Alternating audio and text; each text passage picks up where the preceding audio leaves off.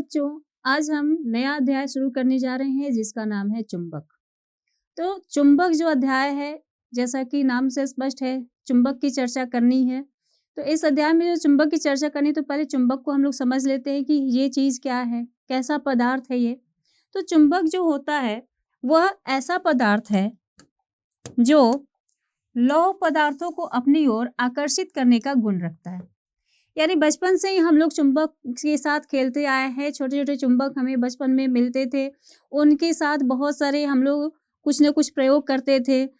उसको लौह पदार्थों के पास ले जाते थे, जैसे कील हुए, लोहे के कील हुए या लोहे की चीज़ें हुई, लोहे के सामान हुए, उनके पास ले जाते थे। तो या तो अगर बहुत बड़े लोहे के सामान हुए, चुंबक छोटा है तो वो चुंबक खुद ब खुद उसमें आकर्षित हो जाता था, उसके साथ चिपक जाता था, या फिर चुंबक बड़ा है और लोहे का सामान छोटा है तो वो लोहे के सामान को अपनी ओर आकर्षित कर लेता था। तो इस तरह से हम लोग जानते हैं कि चुंबक क्या होता है, तो एक ऐसा पदार्थ है जो कि अपनी ओर लौह पदार्थों को क्या करता है? आकर्षित करता है, आकर्षित करने का गुण रखता है, या फिर लौह पदार्थों की ओर वो खुद ब खुद आकर्षित होने का उसमें गुण रहता है। तो चुंबक क्या है ये हमें पता है।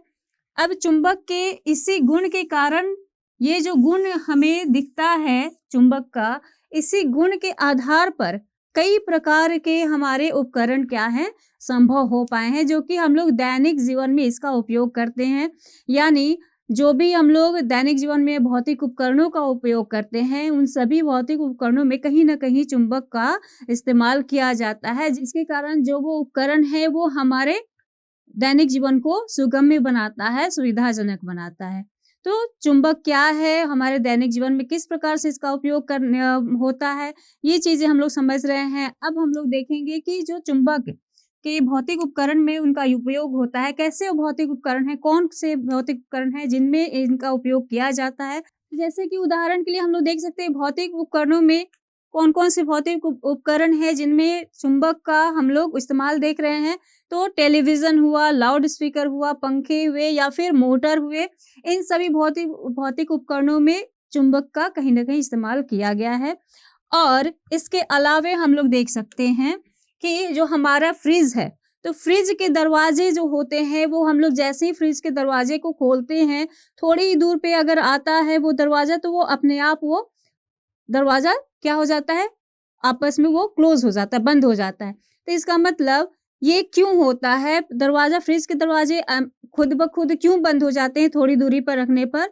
तो वो कहीं न कहीं वहाँ पर चुंबक का ही इस्तेमाल किया गया है। चुंबक की ही वजह से उनके दरवाज़ों में क्या लगे होते हैं? तो चुंबक लगे होते हैं, ठीक है? और इसी के कारण ये दरवाज़े आसानी से खुद ब खुद क्या हो जाते हैं? बंद हो जाते हैं।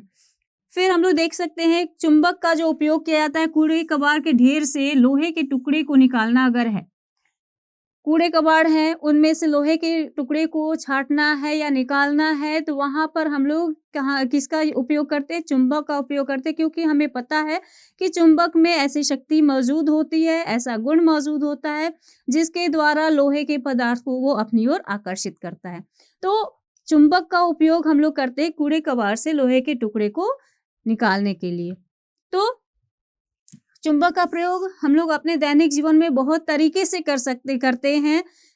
हमने अभी देखा है कि अलग-अलग उपकरण को, भौतिक उपकरणों को बनाने में इसका इस्तेमाल किया जाता है, और भी अनेकों काम किए जाते हैं चुंबक से।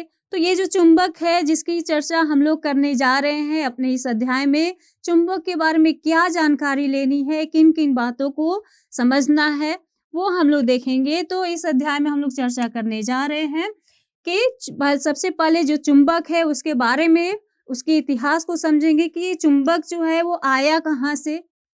क्या ये पहले से विद्यमान था या इसका आविष्कार किया गया था? तो चुंबक की खोज हुई थी या आविष्कार हुआ था, उसे हम लोग देखना है। फिर हमें देखना है चुंबकीय तथा अचुंबकीय पदार्थ को समझना है, कौन से पदार्थ चुंबकीय पदार्थ में आएँगे, कौन से अचुंबकीय पदार्थ में आएँगे, किस तरह से चुंबकीय अचुंबकीय पदार्थ को हम लोग अलग-अलग कर सकते हैं। फिर चुंबक के ध्रुव को समझना है कि चुंबक में ध्रुव होते हैं, कौन-कौन से ध्रुव होते हैं, ठीक है? उसके बाद उनके ध्रुवों के बीच में किस तरह की किस तरह का संबंध होता है, किस तरह का संबंध पाया जाता है, उनके बारे में भी चर्चा करेंगे। चुंबक जो है वो उसके कितने प्रकार होते हैं, कौन-कौन से प्रकार होते हैं, चुंबक के गुण क्या हैं, इसमें सिर्फ़ आकर्षण शक्ति होती है या फिर और भी कोई गुण मौजूद होता है, ये भी हमें देखना है। इसके अलावे चुंबक से दिशा का पता लगाना, चुंबक के द्वारा हम लोग दिशाओं का भी ज्ञान हमें मिलती है, दिशाओं की भी ज्ञान मिलती है, तो ये किस तरह से संभव है, ये हमें समझना है। फिर हम लोग देखेंगे दिशा सूचक यंत्र। दिशा सूचक यंत्र क्या होता है, यानी दिशा को बताने वाला यंत्र क्या होता है, किस तरह से ये काम करता है, इसे भी हम लोग समझेंगे। उसके आगे हम लोग देखेंगे चुंबकों के बीच आकर्षण तथा विकर्षण, यानी चुंबकों के बीच में किस तरह से आकर्षण शक्ति होती है, किस तरह से विकर्षण शक्ति होती है, इसको भी हमें क्या करना है, समझना है। फिर हम लोग देखेंगे स्पोक का चुंबक, जो हमारे साइकिल के पहियों में स्पोक लगे होते हैं, उनसे चुंबक कैसे बना सकते हैं, इन सभी बातों की चर्चा करनी है, समझना है। कुछ प्रयोग करेंगे, मज़ेदार प्रयोग भी होंगे। तो चलिए हम लोग अब चुंबक के बारे में विस्तार से जानकारी लेने जा रहे हैं। अब हम लोग देखने जा रहे हैं कि चुंबक की खोज, यानी उसके इतिहास के बारे में हम लोग समझने जा रहे हैं। किस तरह से चुंबक की खोज हुई, किसने की चुंबक की खोज?